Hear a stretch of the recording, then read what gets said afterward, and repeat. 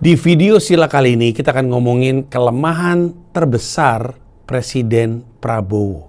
Kelemahan ini saking besarnya dampaknya kepada seluruh Indonesia dan terutama legacy alias warisan beliau sendiri. Selamat datang di Sila.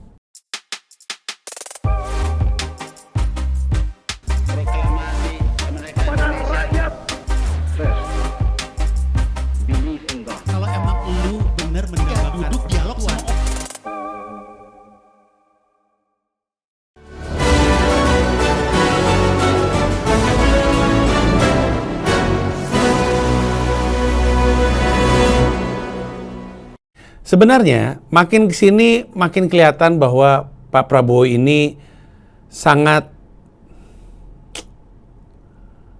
payah, mungkin istilah yang tepat, dalam menjadi Presiden Republik Indonesia. Nggak usah ngomongin soal gagasan, karena memang itu yang diharapkan sama Presiden. Ide itu udah pastilah. Tapi eksekusi dari ide tersebut itu berantakan sekali. Mau ngomongin MBG yang terbukti korupsi, mau ngomongin Kopdes Merah Putih yang kita curiga juga korupsi, mau ngomongin soal Danantara, mau ngomongin soal penegakan hukum, apa yang terjadi sama banyak orang di bawah kejaksaan. Ada banyak sekali aspek dari Pak Prabowo sebagai Presiden Republik Indonesia yang berantakan. Dan kita nggak bisa ngelihat hal baik dari apa yang Pak Prabowo sedang lakukan. Pasti jawabannya sama, kasih saya waktu. Kalau misalkan 2029 saya nggak bagus, ya udah nggak usah pilih saya lagi. Itu mah aman Pak, itu nggak usah dipertanyakan. Kalau Bapak jelek pasti nggak ada yang milih. Tapi kita nggak bisa dibilangin minta waktu atau beri saya waktu mulu. Karena ini udah tahun kedua, harusnya udah ada sesuatu yang kita bisa lihat dan kita bisa nilai secara objektif. Oh bagus deh ternyata. Tapi kan enggak. Nah di antara hal-hal yang membuat Presiden Prabowo lemah ini, ada satu kelemahan yang menurut gue paling kelihatan dan paling berdampak buruk untuk Republik ini, yaitu kelemahan Pak Prabowo dalam negosiasi. Kelemahan Pak Prabowo yang terbesar menurut gue adalah kelemahan bernegosiasi. Dan gue bukan cuman ngomongin negosiasi dalam konteks diplomasi ya, antar negara. Itu udah pasti. Kalau demi orang mau invest di negara kita sampai harus ngomong, anak-anak Indonesia disuruh belajar bahasa Prancis kok. Kalau demi ada investasi masuk ke Indonesia sampai harus ngomong, ayo dong masukin investasi di Indonesia dong. Anak-anak saya Indonesia disuruh belajar bahasa Prancis kok.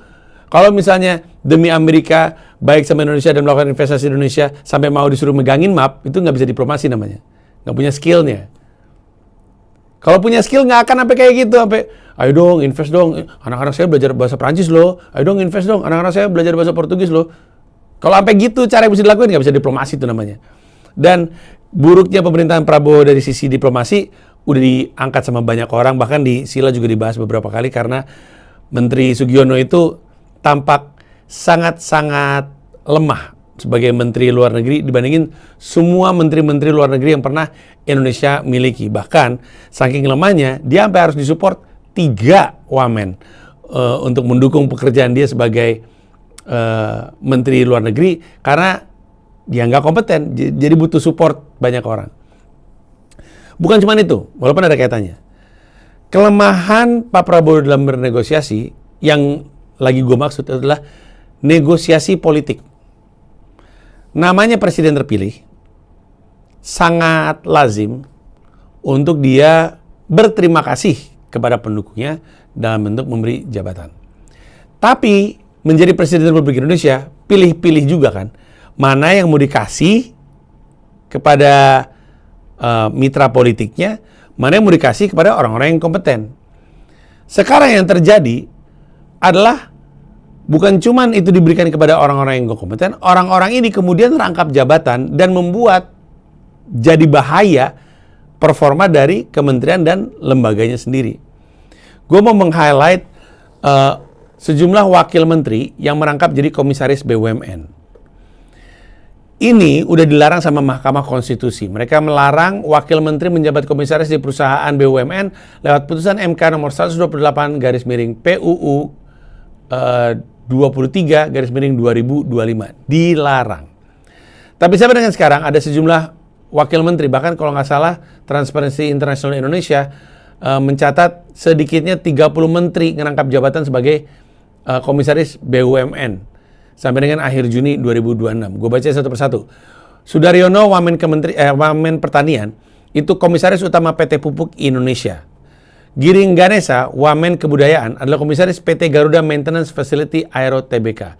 Angga Raka Prabowo, Wamen Komunikasi dan Digital, Komisaris Utama PT Telkom Indonesia. Osi Dermawan, Wamen ATR BPN, Komisaris PT Telkom Indonesia. Fahri Hamzah, Wamen Perumahan dan Kawasan Pemukiman, Komisaris PT Bank Tabungan Negara. Suhasil Nazara, Wamen Keuangan, Wakil Komisaris Utama, Wakil Komisaris Utama atau Komisaris PT PLN. Helvi Yuni Moraza, Wamen UMKM, Komisaris PT Bank Rakyat Indonesia Persero Tbk. Diana Kusuma Astuti, Wamen PU, Komisaris Utama PT Berantas Abipraya. Yulio Tanjung, Wamen ESDM, Komisaris PT Bank Mandiri. Didit Heriawan Asyaf, Wamen Kelautan dan Perikanan, Komisaris Utama PT Perikanan Indonesia. Suntana, Wamen Perhubungan, adalah Wakil Komisaris Utama PT Pelabuhan Indonesia. Dante Saksono Herbuwono, Wamen Kesehatan, Komisaris PT Pertamina Bina Medica. Doni Ermawan Taufanto, Wamen Pertahanan, adalah Komisaris Utama PT Dahana. Kristina Aryani, Wamen P2MI atau Wakil Kepala BP2MI, adalah Komisaris PT Semen Indonesia. Dias Hendro Pirono, Wamen Lingkungan Hidup, adalah Komisaris Utama PT Telkom Seluler atau Telkomsel. Ahmad Riza Patria, Wamen Desa dan PDT, Komisaris PT Telkom Seluler dan Telkomsel. Diah Roro Esti Widya Putri, Wamen Perdagangan atau Komisaris Wamen Perdagangan dan Komisaris Utama PT Sarinah. Todo Tua Pasaribu, Wamen Investasi dan Hilirisasi atau BKPM, Wakil Komisaris Utama PT Pertamina Persero. Ratu Isyana Bagus Oka, Wamen Kependudukan dan KB, Komisaris PT Daya Mitra Telekomunikasi Tbk. Juri Ardiantoro, Wamen Sekretaris Negara, Komisaris Utama PT Jasa Marga Persero Tbk. Veronica Tan, Wamen PPPA, Komisaris PT Citylink Indonesia. Taufik Hidayat, Wamen Pemuda dan Olahraga, Komisaris PT PLN Energi Primer Indonesia.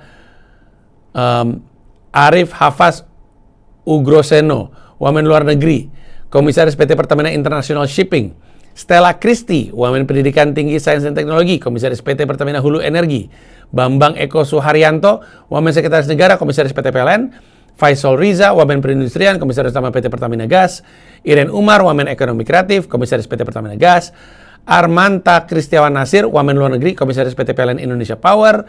Edward Omar Syarif Hiarij, Wamen Hukum, Komisaris PT Perusahaan Gas Negara. Nezar Patria, Wamen Komdigi, Komisaris Utama PT Indosat Tbk. Gila ini. Sampai capek gue bacanya. Pertama-tama, nama wamen-wamen ini syarat sekali dengan bagi-bagi jabatan. Nggak usah gue sebut satu persatu, karena nanti yang nggak kesebut sama gue, gue nggak kendus, padahal emang iya. Banyak banget di antara orang-orang ini kita curigai, ini mah bagi-bagi jabatan. Nggak cukup dikasih jabatan di saat mereka sebenarnya nggak kompeten, ditambah lagi jabatan sebagai komisaris. Kenapa ini berbahaya? Karena ada konflik kepentingan. Posisi kementerian sebagai wamen, dia kan bikin regulasi, perannya regulator, menjalankan peraturan dan memastikan ada fungsi pengawasan dari pemerintah kepada Indonesia gitu, baik itu BUMN misalnya, kayak misalnya ini ada beberapa yang benar-benar konflik kepentingan parah nih. Nah ini contohnya nih, Angga Raka Prabowo, Wamen Komunikasi dan Digital. Tapi dia juga Komisaris Utama PT Telkom Indonesia. Harusnya kementeriannya dia mengawasi Telkom, sekarang dia adalah bagian dari Telkom. Tentu alasan paling sederhananya adalah, lah kan kalau misalkan gue dari pemerintah dan gue ada di PT Telkom, gue bisa memastikan BUMN-nya sehat supaya nanti duitnya masuk ke Danantara ada. Iya, tapi lu jadi favoritism gitu. Favoritism itu berarti lu menguntungkan yang lu pegang perusahaan lu dan mematikan persaingan bisnis sehat dengan yang lain. Ini nggak adil. Iya kalau cuman isunya cuma masalah persaingan, ini nggak, persaingan bisnis nggak cuman ya. Kita kan takutnya persaingan bisnis itu membuat iklim bisnis buruk, makin nggak ada yang mau masuk ke Indonesia. Pantesan aja Pak Prabowo kerjanya bilang anak-anak bakal bahasa Prancis, bakal belajar bahasa Portugis dan mau megangin map orang. Karena nggak diciptakan iklim yang membuat mereka mau masuk. Karena mereka ngelihat, ya iklim bisnisnya kayak gitu, gimana mau bersaing. apapun industri yang ada BUMN ya, BUMN pasti dibenangin sama pemerintah. Gue nggak bisa punya apa-apa, yang nggak mau masuk. Ya udah deh, gue pegangin maaf lu. Lah, apaan coba? Bukan cuman itu. Gimana kalau ada korupsi? Pengawasannya gimana? Nggak mungkin ada korupsi di Kementerian Pak Prabowo. Yang benar aja, berani siapapun bilang, ya nggak mungkin ada korupsi lah. Berani. Udah ada, nggak usah jauh-jauh. Program paling penting untuk Pak Prabowo aja. Yang paling sering Pak Prabowo sebut. Yang paling sering Pak Prabowo angkat-angkat. Yang Pak Prabowo utamakan, korup.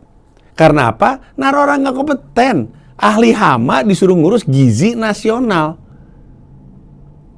Kenapa tuh ahli hama bisa ngurus gizi? Kenapa Giring Ganesa bisa jadi wamen kebudayaan? Kenapa Fahri Hamzah bisa jadi wamen perumahan? Kenapa Isyana Bagus Oka kemudian bisa jadi wamen kependudukan dan KB? Kenapa itu semua? Kalau bukan karena mereka pernah membantu dan dibagikan. Lalu, udah mah itu membuat lemah kementerian, karena bisa dikasih sama orang yang kompetensi kementerian maju.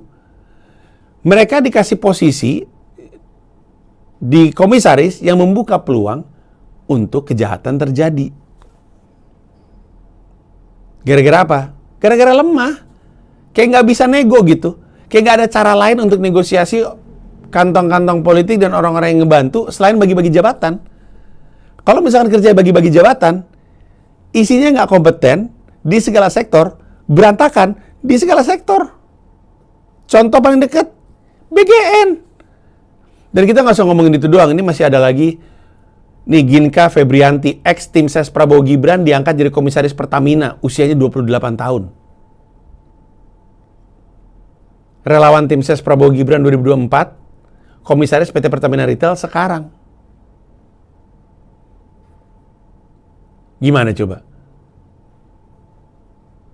Asistennya Raffi Ahmad nih, jadi komisaris PT Krakatau Posko. Gimana kalau bukan nepotisme? Nih, Untung Budi Harto resmi jadi dirut Antam, kini bergaji ratusan juta meski pernah divonis dalam kasus penculikan aktivis 98. Gimana coba? Kayak nggak bisa nego gitu. Iya, waktu itu lu bantuin gua, tapi jangan jabatan deh. Gue punya cara lain untuk bikin lu happy gitu misalnya. Kayak nggak bisa nego, kayak nggak bisa bilang, oke, lu memang bantuin gua, tapi lu bantuin untuk Indonesia maju dan gua jadi presiden lu, gua akan bawa Indonesia maju. Bisnis lu akan terangkat. Lu nggak mesti menang karena gua kasih jabatan, karena banyak cara lain gitu. Kayak nggak bisa nego gitu. Karena lemah sekali dalam negosiasi. Apalagi diplomasi, karena lemah dalam aspek negosiasi, jadi kalah ketika dia dituntut untuk memberi kompensasi balik terhadap para pendukungnya. Kalah dalam konteks politik balas budi. Penonton mainstream pasti tahu soal politik balas budi. Kalah. Presiden Republik Indonesia taringnya ompong karena nggak bisa nego, karena nggak bisa berpolitik, gitu kan? Politik kan permainan kompromi. Karena nggak bisa ngelakuin itu semua, maka satu-satunya senjata negosiasi yang dia punya adalah bagi-bagi jabatan. Saking dibagi-bagi, satu orang dapat 2. Wamen iya, komisaris iya. Saking bagi-baginya, yang nggak kompeten pun jadi memegang jabatan yang penting. Dari ujung ke ujung, termasuk MBG, yang pada akhirnya terungkap korupsi. Ujungnya yang berantakan apa? Jalannya pemerintahan, dan karena jalannya pemerintahan berantakan, yang berantakan Indonesia. Kacau banget ini. Buruk sekali. Hah? Gimana tuh Presiden Republik Indonesia? Coba kasih tahu gue, benarkah dugaan gue mengenai kelemahan terbesar Prabowo? Atau menurut lu, Pak Prabowo tuh punya kelemahan yang lebih besar lagi?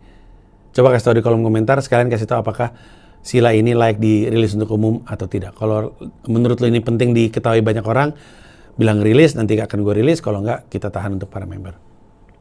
Itu aja dari gue. Jangan lupa kasih tahu ya, menurut lu kelemahan terbesar Pak Prabowo itu apa? Saya tunggu. Bye-bye.